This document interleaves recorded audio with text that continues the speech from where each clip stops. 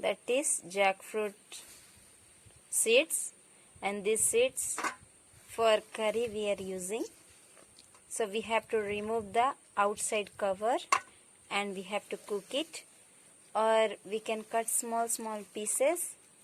And how we are cooking different types of vegetables like that only, this also same we have to cook it.